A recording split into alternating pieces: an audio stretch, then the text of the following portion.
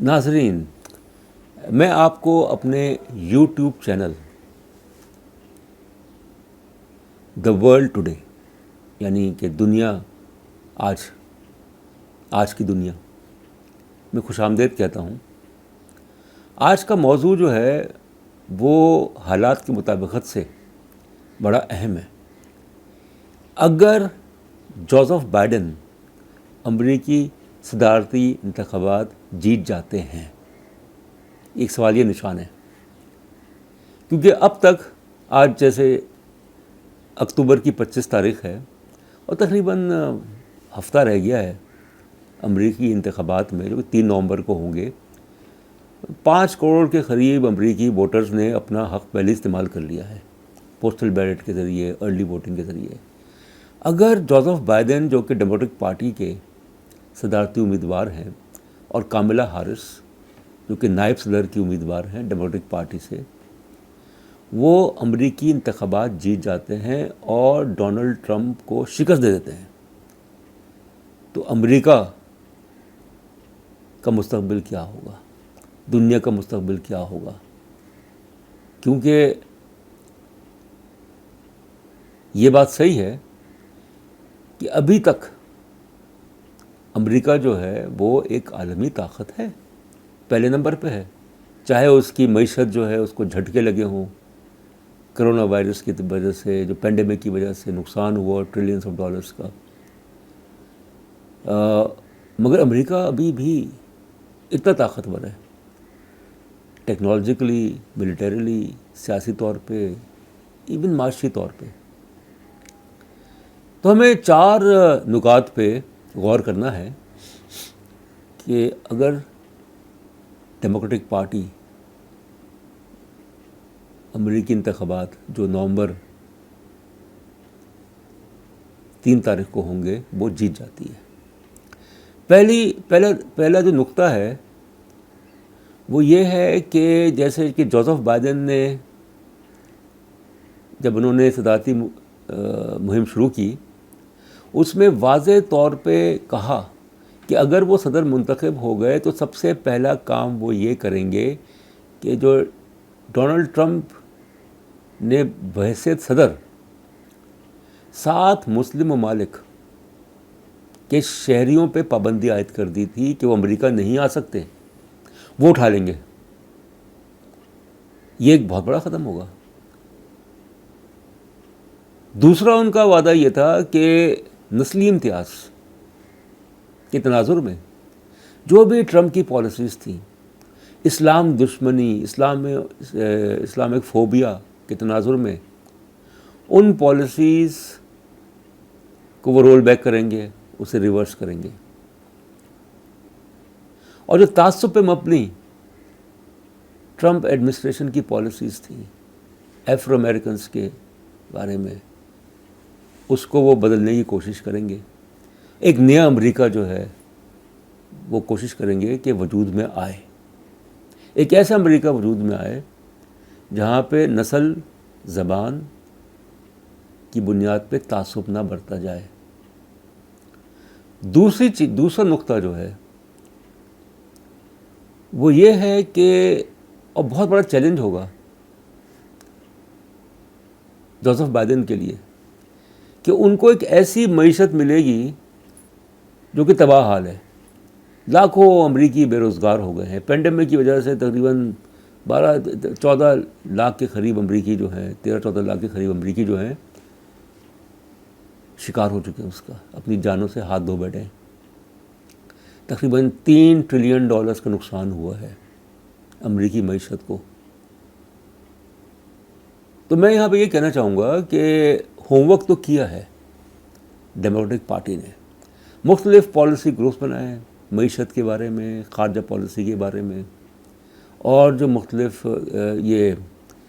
Climate change کے بارے میں،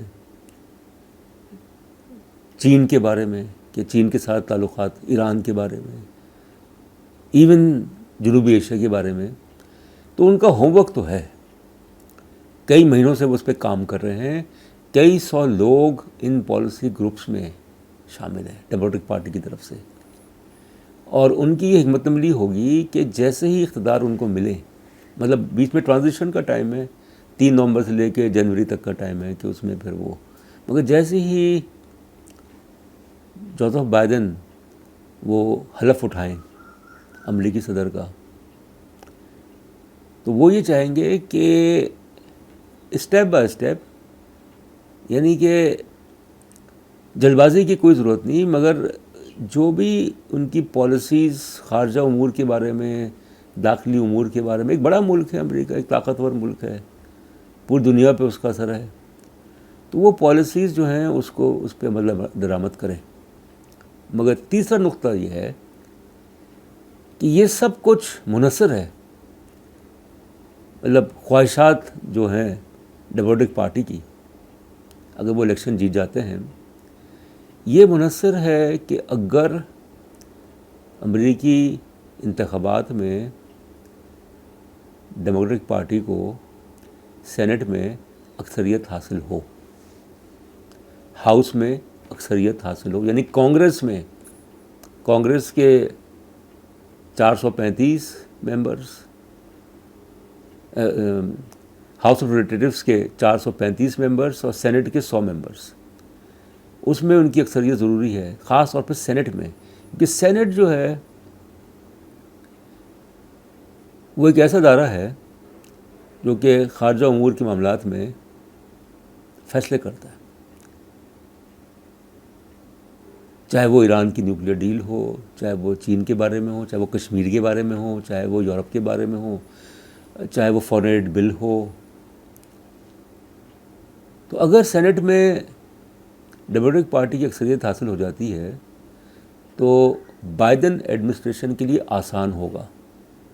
آگے بڑھنا۔ اگر اکثریت حاصل نہیں ہوتی، ریپبلکنز جو ہیں وہ سینٹ پہ کنٹرول رکھ لیتے ہیں، تو پھر وہ امریکی صدر کو مفلوج کر سکتے ہیں۔ تو یہ چیز ہمیں ذہن نشین کرنی چاہیے کہ صرف صدارتی انتخاب جیتنے سے بات نہیں بنے گی، اصل جو چیلنج ہے وہ یہ ہے کہ کانگریس جو ہے اس کو بھی کنٹرول کیا جائے، خاص طور پہ سینٹ کو، یعنی ایوان بالا جو ہے کانگریس کا۔ چوتھا نقطہ جو ہے، جو اگر بائیڈن جو ہے وہ صدر منتخب ہو جاتے ہیں، وہ یہ ہے کہ کس طریقے سے وہ انسانی حقوق کے بارے میں، کیونکہ ان کا منشور بڑا واضح ہے، ریپبلکن پارٹی نے تو انسانی حقوق کی کبھی بھی قدر نہیں کی، مجھے نہیں لگتا کہ ان کو کوئی دلچسپی ڈونلڈ ٹرمپ کو رہی انسانی حقوق کے بارے میں، مگر انسانی حقوق جو ہیں وہ ڈیموکریٹک پارٹی کے لیے جو ان کا منشور ہے، جو ان کے پالیسی جو گروپس بنے ہوئے ہیں، اس میں اس کی بڑی اہمیت ہے۔ اب ہم آتے ہیں پاکستان کی طرف کہ پاکستان پہ اس کے کیا اثرات ہوں گے اگر جوزف بائیڈن جو ہیں صدر منتخب ہو جاتے ہیں، جنوبی ایشیا پہ کیا اثرات ہوں گے، بھارت پہ کیا ہوں گے، افغانستان کے بارے میں، کیونکہ ڈونلڈ ٹرمپ کی جو پالیسی براک اوباما سے مختلف تھی، کہ براک اوباما کی جو پالیسی افغانستان کے بارے میں تھی وہ تھی سرچ کی، یعنی کہ امریکی فوجیوں کو بڑی تعداد میں تعینات کیا جائے افغانستان میں تاکہ وہاں کے معاملات سے نمٹ سکیں، اور 1 لاکھ کے قریب امریکی فوجی افغانستان میں تھے اوباما ایڈمنسٹریشن کے دوسرے دور میں۔ ٹرمپ کی پالیسی یہ رہی ہے کہ افغانستان سے امریکی افواج کو نکالا جائے، اور کرسمس تک امریکی افواج جو ہیں وہ افغانستان سے نکل جائیں۔ تو بائیڈن کے لیے بہت بڑا چیلنج ہوگا افغانستان کا، کہ دوحہ میں جو مذاکرات ہو رہے ہیں طالبان کے ساتھ امریکی حکومت کے درمیان، کیونکہ یہ ڈیموکریٹک پارٹی کا سٹینس رہا ہے کہ آپ افغانستان کو تن تنہا نہیں چھوڑ سکتے، افغانستان سے مکمل فوجی انخلاء جو ہے وہ نہ امریکہ کے مفاد میں ہوگا، نہ وہاں کی حکومت کے مفاد میں ہوگا، نہ وہ اس خطے کے مفاد میں ہوگا، کیونکہ وہاں پہ پھر شورش اور خانہ جنگی جو ہے یہ دونوں چیزیں شروع ہو جائیں گی اگر مکمل انخلاء ہو۔ کشمیر کے بارے میں یہ بڑی اہم بات ہے کہ کشمیر کے بارے میں ڈیموکریٹک پارٹی کہ جو پالیسی ہے وہ بڑی واضح ہے کہ اس کے جو مودی کی جو حکومت ہے، جس طریقے سے اس نے اگست 5 2019 کو کشمیر کی خصوصی حیثیت ختم کر دی، لاک ڈاؤن کر دیا وہاں پہ، انسانی حقوق کی خلاف ورزیاں، بائیڈن ایڈمنسٹریشن مطلب جو ان کا ایک وہ ہے پلیج ہے، جو ایک انہوں نے وعدہ کیا ہے کہ وہ اس کی حمایت نہیں کریں گے، بھارت کی حمایت نہیں کریں گے کہ اس نے جو کچھ مقبوضہ کشمیر میں کیا، جو کچھ مودی سرکار نے کیا بھارتی اقلیتوں کے حوالے سے، خاص طور پر جو مسلمان اقلیت ہے، وہ اس کی حمایت نہیں کرتے۔ وہ حمایت کرتے ہیں کہ بھارت جو کہ جمہوری بھی ہو اور سیکولر ہو، اور جس میں مذہب کی بنیاد پہ، ذات پات کی بنیاد پہ تعصب نہ رکھا جائے، جو کہ رکھا جا رہا ہے آج کل۔ تو یہ ایک تبدیلی ہوگی اگر جو جوزف بائیڈن اور ڈیموکریٹک پارٹی کے کشمیر کے بارے میں اور اس کے علاوہ جو انسانی حقوق کے بارے میں جو ان کی پالیسی، اگر وہ اس پہ عمل کرتے ہیں۔ پھر اس کے بعد یہ ہے کہ دنیا بھر میں کیا اثرات ہوں گے اگر جوزف بائیڈن جو ہے ڈیموکریٹک پارٹی جیت جاتی ہے، ہاؤس اور سینٹ میں اس کا کنٹرول ہو جاتا ہے، تو ظاہر ہے کہ دنیا میں تبدیلی تو آئے گی۔ ہو سکتا ہے وہ تبدیلی اتنی واضح نہ ہو، مگر جو ایک کھچاؤ اور جو ایک کنفنٹریشن نظر آتی تھی امریکہ اور اس کے یورپی اتحادی، امریکہ اور چین، امریکہ اور ایران، اس کشیدگی میں کمی واقع ہوگی، یہ بات تو طے ہے۔ مگر ظاہر ہے کہ ڈیموکریٹک پارٹی جو ہے وہ یو ٹرن تو نہیں لے سکتی ایران کے معاملے میں یا چین کے معاملے میں۔ اس کو پھر مذاکرات کے ذریعے پرم طریقے سے جو Iran U S nuclear deal تھی اوباما کے صدارت کے دور میں، اس ڈیل کو دوبارہ اکثر نو تازہ کرنا ہوگا، کیونکہ ہدف امریکہ کا یہ کہ ایران جو ہے وہ جوہری ہتھیار نہ بنائے، اور ایران مان گیا تھا۔ وہ تو ٹرمپ ایڈمنسٹریشن نے جب دوبارہ پابندیاں لگا دیں اور اسے ڈیل سے نکل گیا، تو پھر ایران نے بھی جو ہے وہ ضروری سمجھا کہ وہ اس معاہدے اس کا پابند نہیں ہے۔ تو یہ کوشش ہوگی کہ، اور اس میں جو بائیڈن ایڈمنسٹریشن نے اس کی حمایت، اس کی سپورٹ جو ہے وہ اس کے باقی اتحادی کریں گے، جس میں جرمنی شامل ہے، جس میں آپ کے برطانیہ شامل ہے، جس میں فرانس شامل ہے، پھر اس کی حمایت رشیا بھی، روس بھی کرے گا، چین بھی کرے گا۔ تو یہ چیز تو ہے کہ، اور پھر اس کے علاوہ جو اصل مسئلہ جو ہے وہ ہے کلائمیٹ چینج کا، گلوبل وارمنگ کا، کیونکہ ڈیموکریٹک پارٹی کا بڑا واضح موقف ہے کہ کس طریقے سے دنیا کو اس تباہی سے بچایا جائے جو کہ آلودگی کی وجہ سے، پولوشن کی وجہ سے دنیا میں وہ ایک بحران ہے، انوائرمنٹل کرائسس ہے، کلائمیٹ چینج کا سارا ایشو ہے کہ کس طریقے سے جو خوراک کا مسئلہ ہے، فوڈ کرائسس ہے، پانی کا مسئلہ ہے، واٹر کرائسس ہے، انرجی کرائسس ہے، انوائرمنٹل کرائسس ہے۔ تو یہ جو سارے انسانی سلامتی کے نکات ہیں، جو ایشوز ہیں، اس پہ توجہ ہوگی ڈیموکریٹک پارٹی کی۔ مگر اٹ از ٹو ارلی، مطلب یہ قبل از وقت ہے کہ جس حالت میں امریکہ ملے گا ڈیموکریٹک پارٹی کو، امریکہ کوئی اچھی حالت میں نہیں ہے، اور خاص طور پہ اس وقت،